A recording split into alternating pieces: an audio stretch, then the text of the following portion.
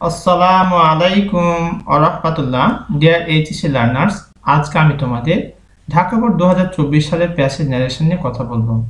আর এখানে যে বিষয়গুলি জানা প্রয়োজন তা হচ্ছে তোমাকে অবশ্যই টেন্স ভালোভাবে জানতে হবে এবং কোন টেন্স থাকলে কোন টেন্স অর্থাৎ ডাইরেক্ট ন্যারেশনে কোন টেন্স থাকলে ইনডাইরেক্ট ন্যারেশনের সাথে কী হয় এটি ভালো করে আয়ত্তে আনতে হবে।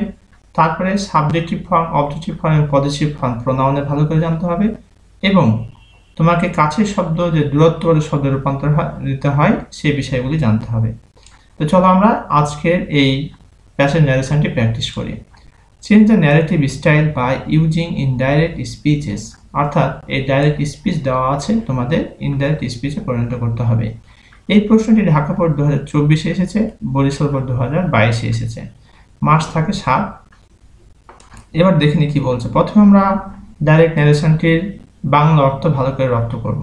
ওহ my lord, oh my lord, please don't kill the child. শিশুটিকে হত্যা করিয়েন না।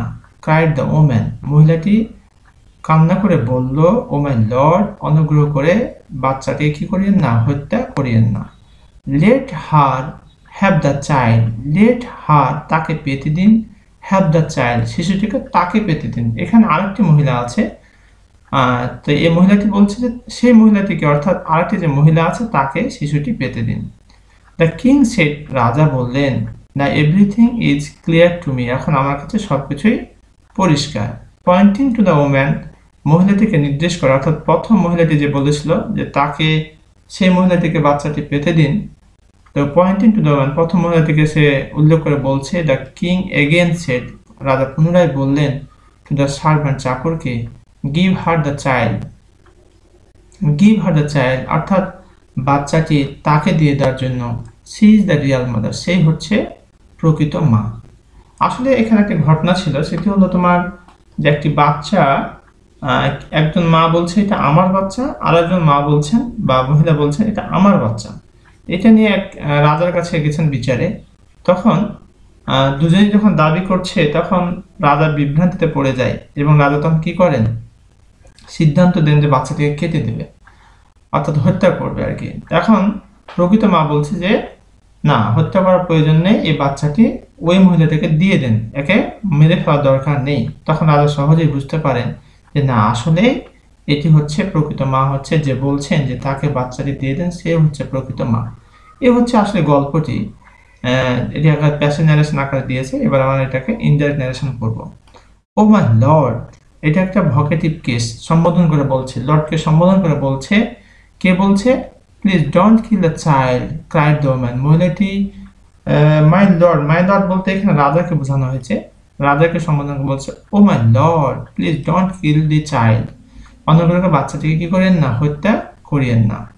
তার যেহেতু ভকেটিভ কেস, এই কারণে আমরা কি লিখবো, অ্যাড্রেসিং কথাটি লিখবো এবং যাকে সম্বোধন করবে সেটা লিখতে হবে। তাহলে অ্যাড্রেসিং দ্য কিং, রাজাকে সম্বোধন করলেন অ্যাজ লর্ড, কি হিসেবে, অ্যাজ লর্ড, লর্ড হিসেবে।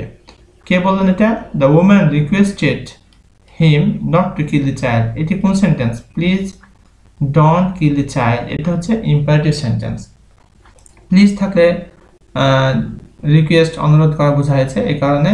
আর কে কথাটি বললেন? মহিলাটি বললেন। দ্য ওম্যান রিকোয়েস্টেড হিম, এই হিম বলতে রাজার কথা বলা হচ্ছে। দ্য ওম্যান রিকোয়েস্টেড হিম, মহিলাটি রাজাকে কি করলেন, অনুরোধ করলেন, not to kill the child, not to kill the child. তাহলে এই যে do not kill the child, এটা আমরা ইনডাইরেক্ট ন্যারেশন করলাম কি, not to kill the child.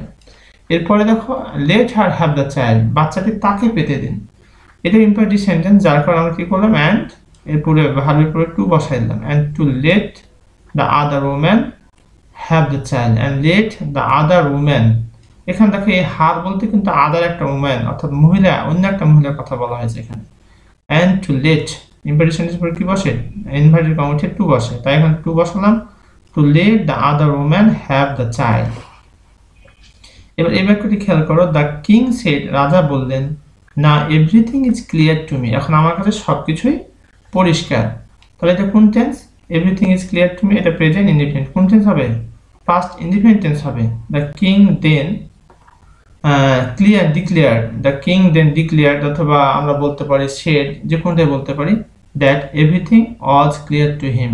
এখানে এই যে প্রশ্ন কি হয়ে গেল, ওয়াজ হয়ে গেল। তোমাদের একটা প্রশ্ন হতে পারে এখানে দেন কেন হলো, অর্থাৎ এই অর্থ থেকে ম্যাচ করার জন্য মূলত নেওয়া হয়েছে। দ্য কিং সেড, তোমাদের দেন না দাও তাতেও সমস্যা নেই। দ্য কিং সেড দ্যাট, নাও থাকলে দেন হয়, সরি, নাও থাকলে কি হয় then. The king then declared, ঘোষণা দিলেন, that everything was clear to হিম।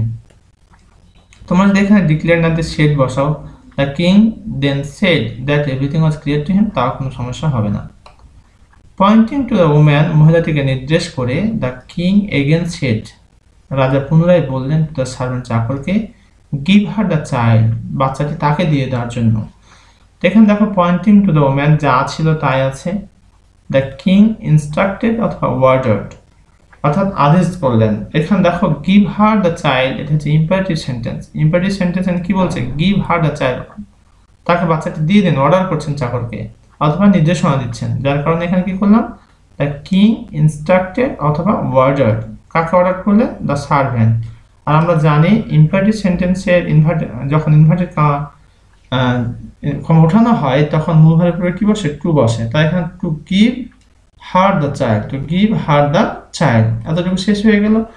বাকি থাকে she is the real mother, she is the real, সে হচ্ছে কি প্রকৃত মা।